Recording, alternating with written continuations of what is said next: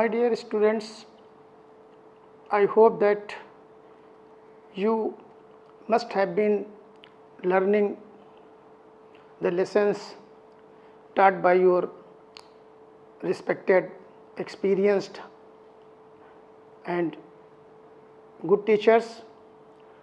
Today I want to tell you something about the most important lesson of prose textbook. The name of that lesson is A Girl with a Basket, written by Sir William C. Douglas. Before telling anything about the lesson, I want to tell you that learning must go on under every condition of life, because learning is a quality that makes our life perfect, noble, successful and immortal also. Now let us come to the point. Sir William C. Douglas was a judge of the Supreme Court of America. श्रीमान William सी Douglas America के सर्वोच्च न्यायालय के न्यायाधीश थे. Once in 1950 he visited India. एक बार सन 1950 ईस्वी में उन्होंने भारत भ्रमण किया. He was a realist and lover of self-respect and labor. लेखक वास्तविकतावादी, रियलिस्ट आप इसको समझेंगे, यथार्थवादी and lover of self respect, आत्माभिमान, आत्मसम्मान के प्रेमी थे वह, एंड लेबर और परिश्रम के पक्ष में थे, परिश्रम को पसंद करते थे. In his idea to earn one's livelihood by labour, लेखक के विचार में किसी भी व्यक्ति को अपनी जीविका के लिए परिश्रम करना चाहिए. परिश्रम से उत्पन्न की गई जीविका, प्राप्त की गई जीविका संतोषजनक होती है, स्वास्थ्यप्रद होती है और स्वाभिमान से परिपूर्ण करने वाली होती है. वाज प्रेजवर्दी एंड नोबल, और उनका ये भी मानना था कि जो मेहनत से कमाया गया पैसा है वह काफ़ी प्रशंसनीय और काफ़ी श्रेष्ठ होता है. In this lesson the writer shows A special liking for India. लेखक विदेशी है, अमेरिका का रहने वाला है, तो इस पाठ में भारत के प्रति अपने विशेष आकर्षण को प्रदर्शित करता है, भारत के प्रति अपने लगाव को प्रदर्शित करता है, उसे भारत के प्रति लगाव है इस बात को भी प्रस्तुत करता है. When the author was going to Bareilly by train, पाठ में लेखक हमें बताता है कि जब वह बरेली जा रहा था रेलगाड़ी के द्वारा, on his way to Ranikhet, तो रानीखेत के रास्ते में ही got down at a railway station, तो वह रेलवे स्टेशन पर उतर गया. ऑन द प्लेटफॉर्म्स पर देखा उसने कि there were people of all religions and professions. उन प्लेटफॉर्म्स पर हर प्रकार के धर्म के लोग थे, हर प्रकार के व्यवसाय के लोग थे. धर्म से तात्पर्य आपका हिंदू थे, सिख थे, मुस्लिम थे, सारे उसमें पोर्टर्स, कुली भी थे, तमाम सारे प्रकार के धर्म के लोग थे. और प्रोफेशंस, व्यवसाय करने वाले थे. दे वेयर बेयर फुटेड, वे सारे के सारे लोग नंगे पैर थे. And wearing loose white garments, और वे सारे लोग सफ़ेद ढीले ढाले कपड़े पहने हुए थे, सफ़ेद ढीले ढाले कपड़े का तात्पर्य यहाँ पर धोती कुर्ता आप कह सकते हो या कुर्ता पैजामा कह सकते हो। कुर्ता पैजामा पहने हुए थे या धोती कुर्ता पहने हुए थे। The writer talked with them on current and major topics. लेखक विदेशी था, वह भारत के तौर तरीकों के बारे में, भारतीय चिंतन के बारे में, भारतीय जीवन शैली के बारे में जानने को उत्सुक था। इसलिए the writer talked with them, लेखक ने उन लोगों से बातचीत की। ऑन करंट, करंट का मतलब होता है जो तत्कालिक जो चीज़ें थीं उस समय की जो थी, एंड मेजर टॉपिक्स, और मुख्य जो विषय उस समय के थे उन पर उसने उन लोगों से बातचीत की। वो जानना चाहता था कि भारतीय लोगों का चिंतन कैसा है, भारतीय लोगों का जीवन कैसा है। Because he wanted to know their feelings, और इन सब के पीछे एक वजह थी कि वह उनकी भावनाओं को समझना चाहता था, जानना चाहता था। एट वन स्टेशन, एक स्टेशन पर, he was surrounded by A group of children, एक स्टेशन पर बच्चों के एक समूह ने लेखक को चारों तरफ से घेर लिया। Who were selling their hand woven baskets, वे बच्चे अपने हाथ से बनाई गई टोकरियों को और पंखों को बेच रहे थे। विद सिंपल डिजाइंस, और उन पंखों और टोकरियों पर बहुत साधारण सी आकृतियां थीं, डिजाइनें थीं, एंड पैटर्न उनके प्रारूप थे। These children were of the people, एक क्वेश्चन उठ सकता है हमारे मन में कि ये बच्चे आखिर थे कौन। तो लेखक हमें बताता है कि these children were of the people, ये बच्चे उन लोगों के थे who had come from Pakistan after partition, ये बच्चे उन लोगों के थे जो भारत और पाकिस्तान के बीच बंटवारा हुआ, यानी बंटवारे के बाद जो पाकिस्तान से लोग भारत आए थे उनके बच्चे थे, जिन्हें शरणार्थी कहा जाता था। अब इन शरणार्थियों की हालत इतनी दयनीय थी, इतनी चिंताजनक थी, जिसका बखान शब्दों में नहीं किया जा सकता। लेखक ने देखा उनको तो उसने अपने शब्दों में उनकी दशा का वर्णन करने का प्रयास किया। They had no place to live, शरणार्थियों की हालत ये थी कि उनके पास रहने के लिए घर नहीं था। एंड नो बिजनेस, और उनके पास काम करने के लिए धंधा नहीं था, व्यापार नहीं था। टू अर्न लिविंग प्रॉपरली, जिससे वे अपनी जीविका उचित रूप से कमा सके। They held the basket, held का मतलब पकड़े हुए थे। They held the baskets high, वे सारे के सारे जो बच्चे थे वे अपनी टोकरियों को बहुत ऊपर उठाए हुए थे। साउटिंग वर्ड्स, और कुछ शब्द चिल्ला रहे थे, चीख रहे थे। आई डिड नॉट नो, लेखक कहता है कि मुझे नहीं मालूम, मैं नहीं जानता था। बट अंडरस्टूड, लेकिन मुझे ये ज्ञात था, मैं ये ज़रूर जानता था। देयर डिजायर, कि उनकी इच्छा क्या है।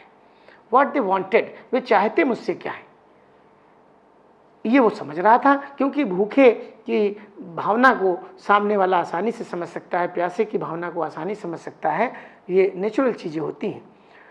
लेखक आगे हमें बताता है पाठ में, a girl with a basket में, एक टोकरी वाली लड़की में, कि the condition of the parents of these refugee children, इन शरणार्थी बच्चों के माता पिता की दशा, इन शरणार्थी, दीज, यहाँ से आप हिंदीकरण इसका जब करेंगे तो निकालेंगे यहाँ से कि दीज रिफ्यूजी चिल्ड्रेन, इन शरणार्थी, दीज रिफ्यूजी चिल्ड्रेन, यहाँ से आप करेंगे कि इन शरणार्थियों के बच्चों के माता पिता की दशा वाज वेरी मिजरेबल, अत्यधिक दयनीय थी, बहुत ही शोचनीय थी। They had very little food, उनके पास खाने को बहुत कम भोजन था। एंड सम अदर आर्टिकल्स, और उनके पास थोड़े बहुत चीज़ें थी। But their journey was very long, लेकिन उनकी जो यात्रा थी, उनकी यात्रा बहुत लंबी थी, क्योंकि पाकिस्तान से भारत आने में उनको कई दिन लगे। And soon their food was exhausted, धीरे धीरे और जल्दी ही उनका सारा भोजन समाप्त हो गया। नाउ दे वर हंग्री, अब वे बहुत ज़्यादा भूखे थे, क्योंकि सारा सामान उनका खत्म हो गया था। एंड बिकेम वेरी वीक, और वे बहुत कमज़ोर भी हो गए थे।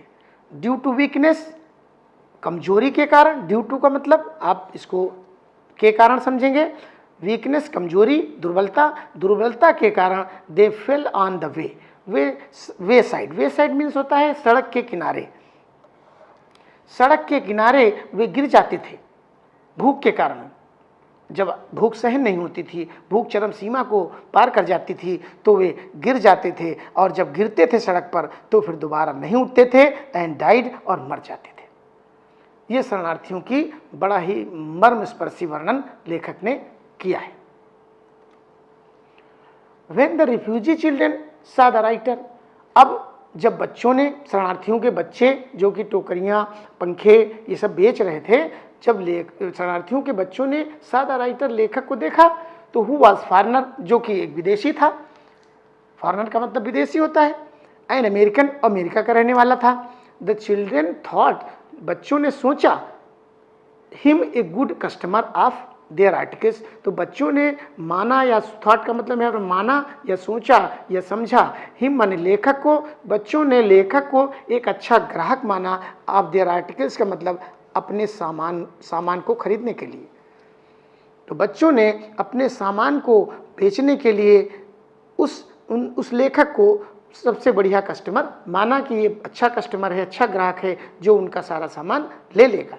सो दे सराउंडेड, इसलिए उन लोगों ने चारों तरफ से, ऑल साइड का मतलब होता है चारों तरफ से, उन बच्चों ने लेखक को चारों तरफ से लाइक लोकस्ट, टिड्डियों के दल की भांति, इसको बोलते हैं लोकस्ट, कहते हैं टिड्डियों के दल, तो टिड्डियों के दल की भांति चारों तरफ से घेर लिया। To sell their fans and baskets, अपनी अपनी सब टोकरियां और पंखे बेचना चाहते थे। The writer felt as if, लेखक को लगा, फेल्ट का मतलब यहाँ पर आप कह सकते हो लेखक को महसूस हुआ, लेखक को लगा, as if he was a prisoner, मानो वह कैदी हो गया हो, कैद हो गया हो उनके बीच में। ही कुड नॉट मूव, वो हिल डुल नहीं सकता था।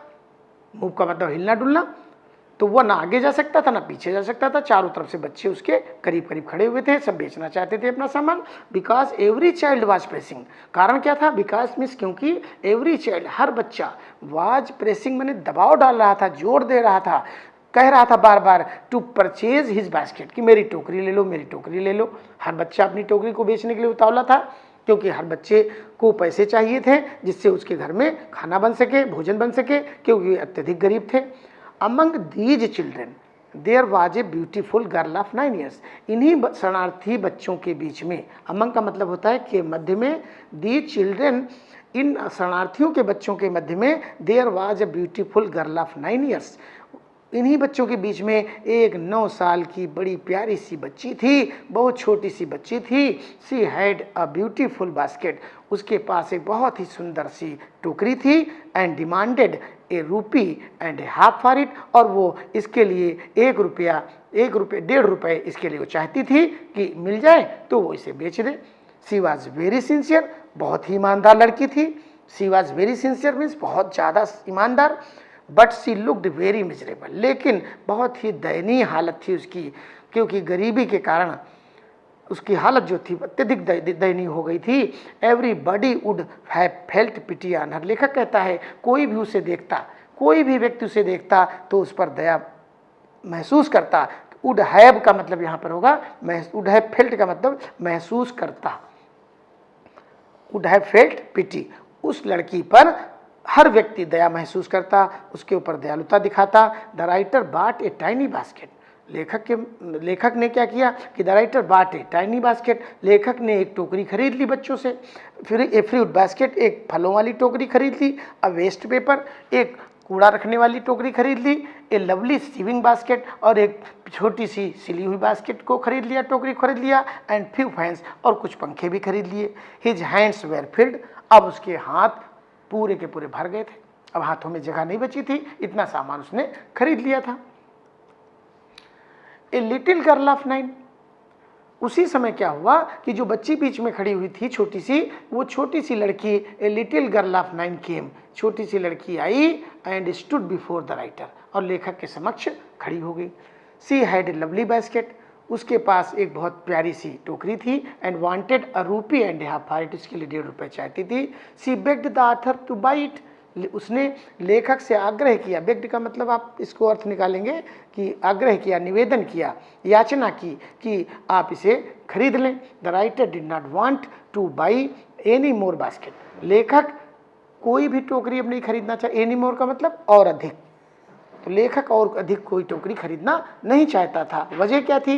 As his hands were already full, क्योंकि उसके हाथ पहले से ही भरे हुए थे, अर्थात उसने पर्याप्त संख्या में सामान खरीद लिया था। In order to get rid of the girl, अब उस लड़की से छुटकारा पाने के लिए, in order to get rid of ये फ्रेज होता है और इसका अर्थ आप याद रखिए, भविष्य में काम आता है और आपको इसका बहुत अच्छा प्रयोग मिलेगा कि in order to get rid of, कि उस लड़की से छुटकारा पाने के लिए, मुक्ति पाने के लिए, अपने को बचाने के लिए, he took out a handful of change, उसने मुट्ठी पर रेजगारी निकाल ली। कॉइन्स का मतलब यहाँ पर रेजगारी, छुट्टा पैसे, उसने छुट्टा पैसे निकाल लिए मुट्ठी भर, and dropped into the basket, और उन पैसों को उसकी लड़की की टोकरी में डाल दिया। एज ए ग्रेचुटी, एक दान के रूप में, ग्रेचुटी को आप कहेंगे दान के रूप में, इसे डोनेशन कहते हैं, डोनेशन के रूप में डाल दिया। He tried to convince the girl, उसने उस लड़की को भरोसा दिलाने की कोशिश की, यकीन दिलाने की कोशिश की, that he could not by any more basket, कि अब वो कोई और टोकरी नहीं खरीद सकता है। But the writer soon realise, लेकिन लेखक को बहुत ही जल्दी इस बात का एहसास हो गया, रियलाइज का मतलब एहसास हो गया, that he had done a great offence, कि उसने बहुत बड़ा गुनाह कर दिया, लगता है बहुत बड़ा अपराध कर दिया ये चीज़ कर करके, जो लड़की को उसने पैसा दे दिया दान के रूप में, इससे उसे बहुत चोट पहुंची। The girl had a great sense of self respect, वो गरीब बच्ची में, दयनीय हालत में जो बच्ची थी, छोटी सी 9 वर्ष की बालिका, उसके अंदर आत्मसम्मान का बहुत बड़ा भाव था, अर्थात अत्यधिक भावना थी उसके अंदर, वो आत्माभिमानी थी, आत्मसम्मानी थी।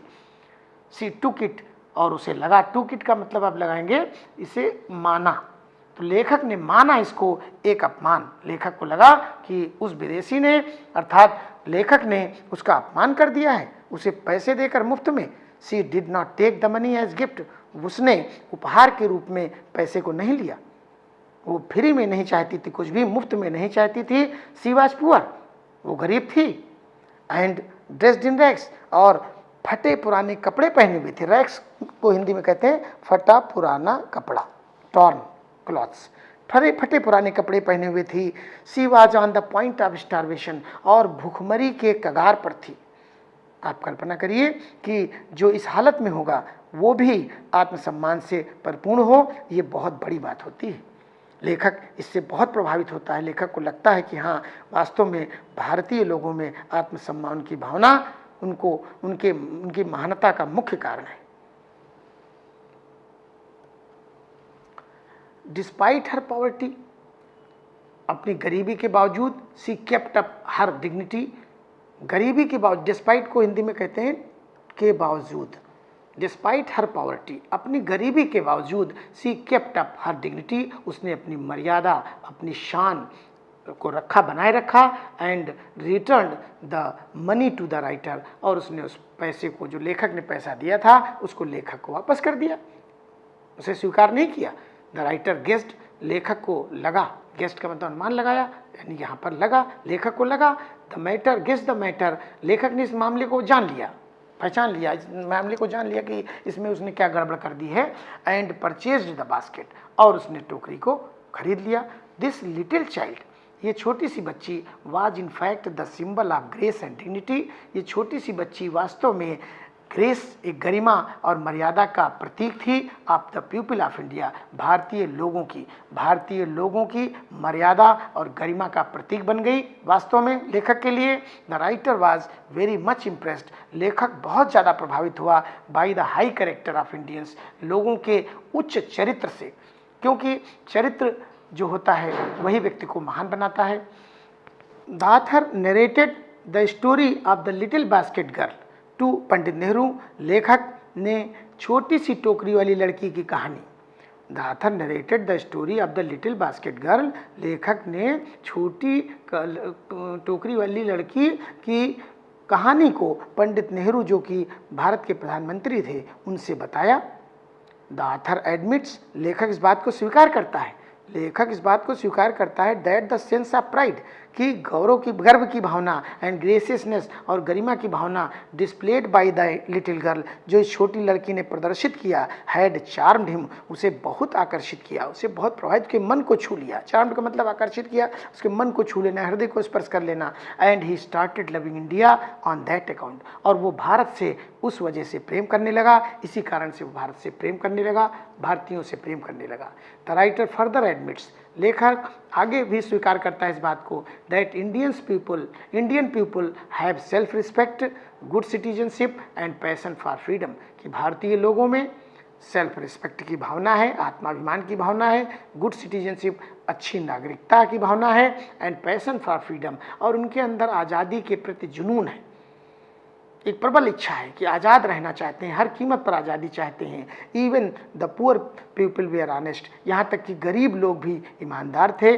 The little girl was the symbol of all noble qualities, और जो छोटी सी लड़की थी वह सभी महान, सभी श्रेष्ठ गुणों की प्रतीक थी। इस तरह से हमने देखा कि एक गर्ल विद ए बास्केट, एक छोटी सी लड़की जो थी वह लेखक को भारत की सजीव आत्मा के दर्शन उसने कराए, अपनी स्वाभिमान की भावना से, अपने श्रेष्ठ नागरिकता की भावना से, और अपने श्रेष्ठ गुणों के कारण। तो ये पाठ हमारे परीक्षा के लिए और बहुत ही महत्वपूर्ण पाठ है, और इस पर नेक्स्ट वीडियो में मैं कुछ अल्टरनेटिव टाइप के जो क्वेश्चन होंगे वो आपको दूंगा, फिल इन द ब्लैंक्स इसमें से आते हैं वो आपको दूंगा, और साथ में जो शॉर्ट क्वेश्चंस हैं वो आपको मिलेंगे और एक्सप्लेनेशन मिलेंगे। Thank you very much.